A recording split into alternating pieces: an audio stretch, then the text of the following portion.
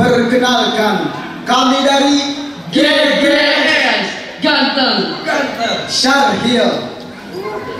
Assalamualaikum warahmatullahi wabarakatuh. Alhamdulillahilladzi an'ama alaina bi ni'matil iman wal islam. Assalatu wassalamu ala afdalil imam wa ala alihi wa sahbihi kiram, amma ba'du. Hadirin yang kami hormati, Imam Al-Syahid Syekh Hasan Al-Banna, seorang pembaharu Islam dari ranah Mesir, di hadapan jutaan pengikutnya ia berkata, "Saudara-saudara, datangkan kepadaku 12.000 orang saja yang benar-benar beriman dan bertakwa. Maka aku sanggup tundukkan pegunungan, aku sanggup membelah samudera dan lautan, bahkan aku sanggup menundukkan negeri-negeri penjajah hanya dalam sedetik saja." Ungkapan Hasan Al-Banna ini hadirin menggambarkan bahwa iman dan takwa merupakan senjata utama dalam menentukan arah suatu bangsa. Kemakmuran atau kehancuran suatu bangsa sangat ditentukan oleh bagaimana iman dan takwanya. Sejarah telah membuktikan peradaban kaum Ad yang indah dan megah menjadi goyah tatkala iman dan takwanya lemah. Peradaban kaum Samud yang subur dan makmur menjadi hancur terkubur tatkala iman dan takwanya luntur.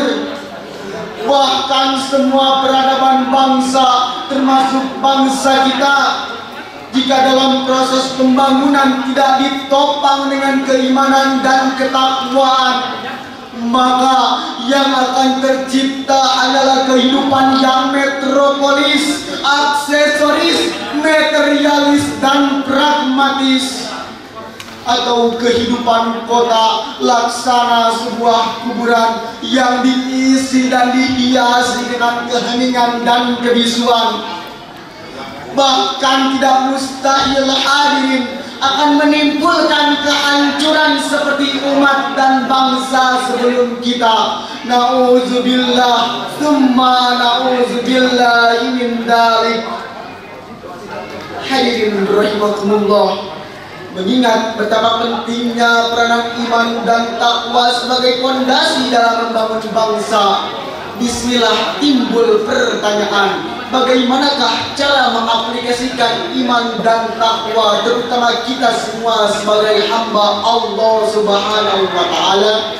Sebagai jawabannya, mensyukuri nikmat sebagai aplikasi dalam iman dan takwa adalah judul yang akan kami jelaskan dan yang akan kami sampaikan dengan landasan firman Allah, Quran surat At-Taubah ayat 109.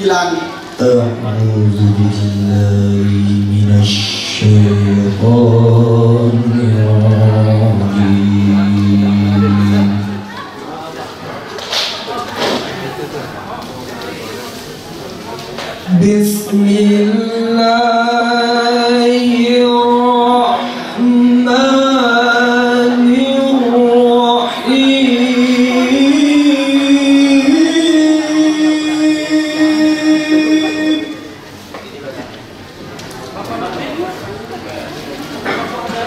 أفمن أسس بنيانه على تقوى من الله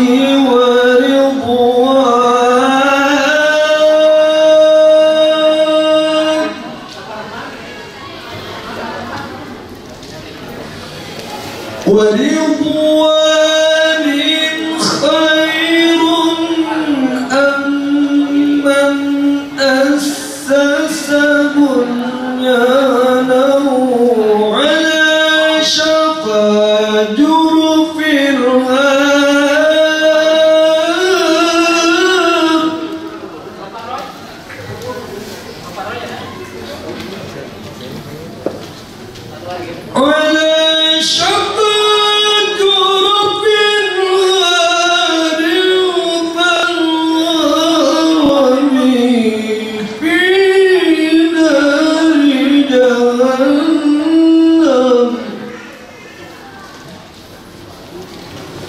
والله لا يهدي القوم الظالمين.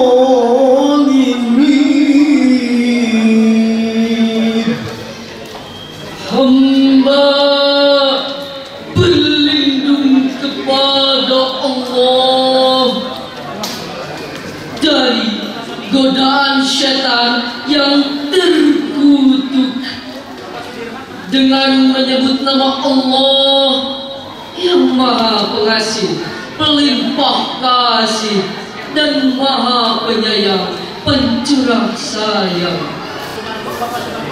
Maka apakah orang-orang yang mendirikan masjid di atas dasar takwa kepada Allah dan keridhaannya itu lebih baik, ataukah orang-orang yang mendirikan bangunannya di tepi jurang yang runtuh, lalu bangunannya itu jatuh bersama-sama dengan dia ke dalam neraka jahanam, dan Allah tidak memberikan petunjuk bagi orang-orang yang zalim.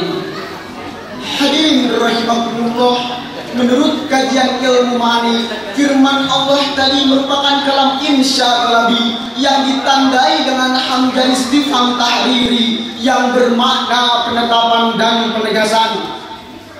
Dalam ayat ini hadirin, Allah Subhanahu wa Ta'ala menegaskan kepada kita semua bahwa pembangunan yang baik dan kekal adalah pembangunan yang ditopang dengan iman dan takwa kepada Allah Subhanahu wa Ta'ala.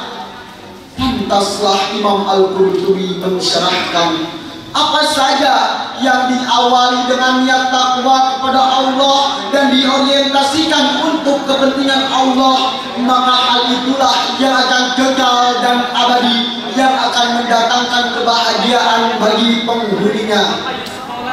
Hadirin rahimakumullah, secara tekstual ayat ini berkaitan langsung dengan pembangunan yang dilakukan oleh orang-orang munafik ketika membangun Masjid Dirar, yakni masjid yang dibangun tanpa dilandasi oleh iman dan takwa, sehingga dikutuk dan dibenci oleh Allah Subhanahu wa Ta'ala. Namun demikian, ayat ini merupakan landasan epistemologis yang etis sebagai landasan pembangunan yang bersifat universal. Hadirin rahimakumullah, bismillah timbul pertanyaan, bagaimanakah cara mengaplikasikan iman dan takwa, terutama kita sebagai hamba Allah Subhanahu wa Ta'ala? Sebagai jawabannya, mensyukur nikmat sebagai aplikasi dalam iman dan takwa. Hadirin rahimakumullah, detik-detik ini kita sering dikejutkan, bahkan dibuat prihatin dengan berbagai permasalahan dan goncangan malapetaka yang terus mengintai bangsa kita. Gizi buruk dan busung lapar terus menjalar, himpitan ekonomi yang terus merangut nyawa-nyawa manusia, bencana alam yang terus menghantam jiwa-jiwa yang tak berdosa, ketakutan yang terus menghantui hati, yang pada akhirnya ratapan anak-anak bangsa adalah fenomena yang ada. Isak tangis dan untayan air mata menjadi lautan samudera. Mereka histeris, pesimis, bahkan skeptis dengan berbagai goncangan malapetaka yang terus mengintai jiwa mereka. Padahal hadirin, bukankah bangsa kita tercinta ini adalah tanah yang subur dan makmur?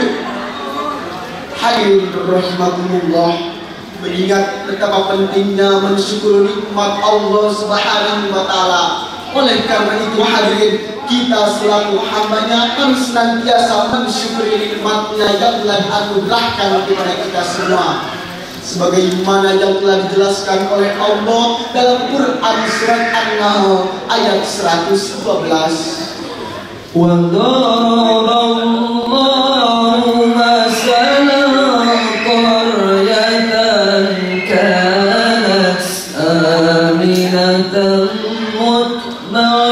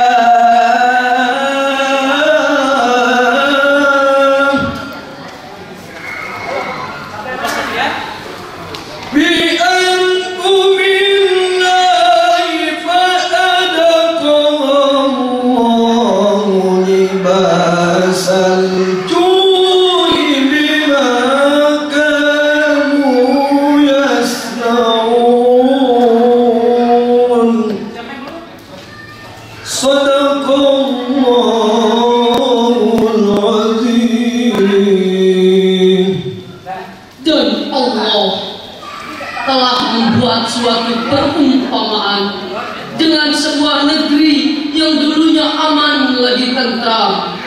Rezekinya datang kepadanya melimpah ruah dari segenap tempat.